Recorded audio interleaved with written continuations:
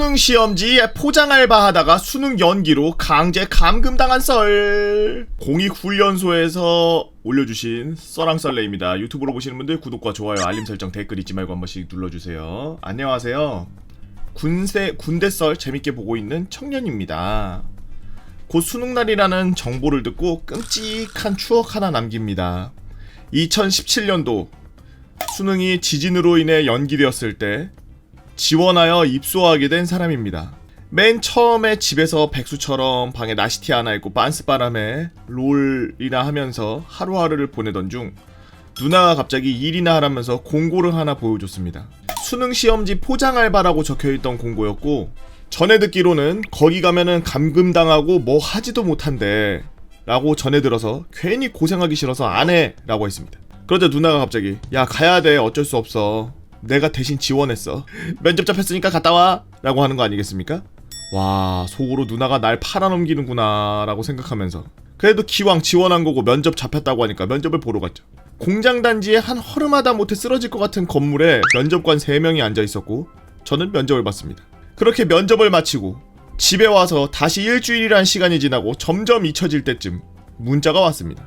내용은 수능시험지 포장 알바 합격자 안내문 및 사전 필요물품 리스트였죠. 그렇게 저는 강제로 입소 당첨되었고 날짜에 맞춰서 땡땡역에 도착했죠. 역 앞에 버스 여러 대가 주차돼 있었고 앞에 명단을 들고 있는 사람이 있었죠. 리스트에 제 이름을 찾아서 체크하고 버스에 짐을 실어놓고 마지막으로 부모님께 연락을 드렸습니다. 다녀올게요. 날도 추운데 감기 걸리지 않게 조심하시고 한 달간 연락 안 되니까 건강 챙기셔. 오케이. 뚝. 참 매정하시더군요. 그렇게 부모님한테 매정한 손절을 당한 저는 버스 출발하는 소리와 함께 버스에 승차하였습니다. 시간은 얼마나 흘렀는지 고속도로를 타고 점점 창밖에 들판이 보였죠. 끝내 한 공장에 도착했습니다. 도착해서 짐을 갖고 공장 옆에 직원 숙소처럼 된 곳에 짐을 두고 앉아있는데 방송이 들려왔습니다. 여기는 입소하시기 전에 밤이 늦었으니 하루만 여기서 주무시고 내일 입소식이 있을 예정이니 편히 주무시기 바랍니다 라고 하였고, 저는 잠자리가 예민한 편이라 잘 수 있을까 걱정은 개꿀잠 잤죠. 다음날 아침 기상방송이 나왔고 집을 챙겨서 숙소 앞에 큰 주차장에 모여서 확성기를 사용하는 사람의 설명을 들었습니다. 저는 앞으로 여러분의 입소하여서 무사히 퇴소할 때까지 같이 지낼 작업 반장이라고 해요. 사전에 안내 들으셨겠지만 소지하고 있으면 안 되는 물품 혹시라도 가져오신 분들 있으면 나눠드린 지퍼백에다가만 담아가지고 이름하고 생년월일 적어서 제출 부탁드립니다. 설명을 들었고 저는 속으로 에이 막말로 이거 작정하고 갖고 들어가려면 충분히 갖고 들어갈 수 있는 거 아니야? 라고 생각했지만 제 예상은 완전히 빗나갔죠.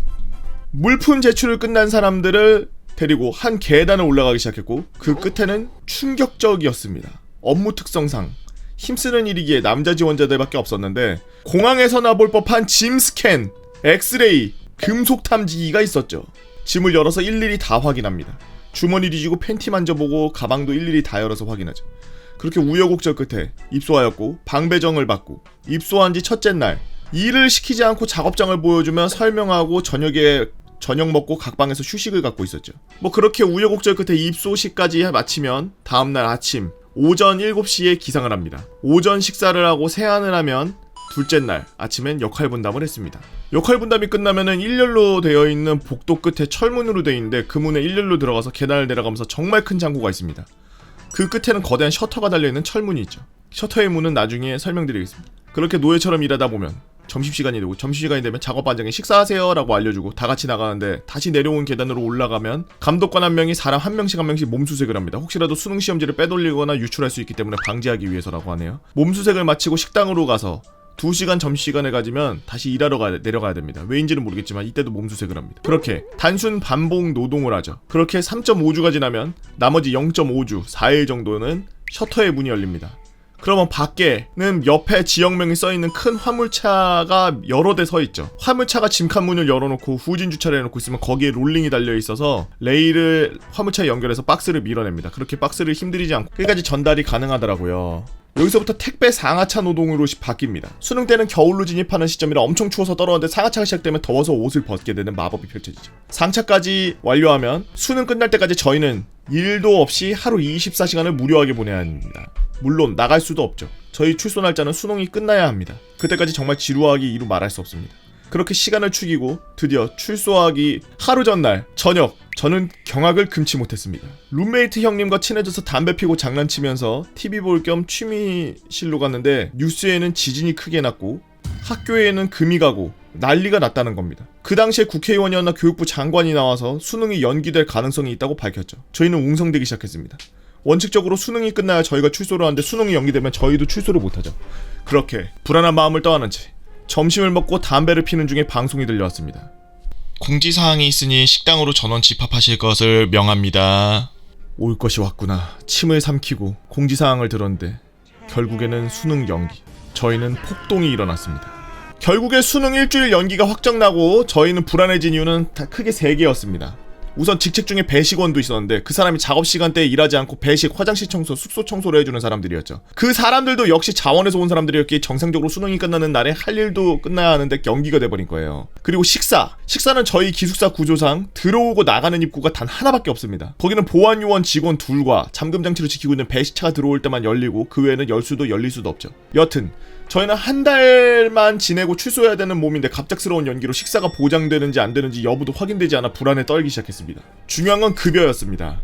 저희도 당연히 일당을 받고 일하러 온 사람이었기에 급작스러운 변동에 더 감금되어 있어야 하는 불합리에 저희가 자발적으로 모여 논의를 했죠.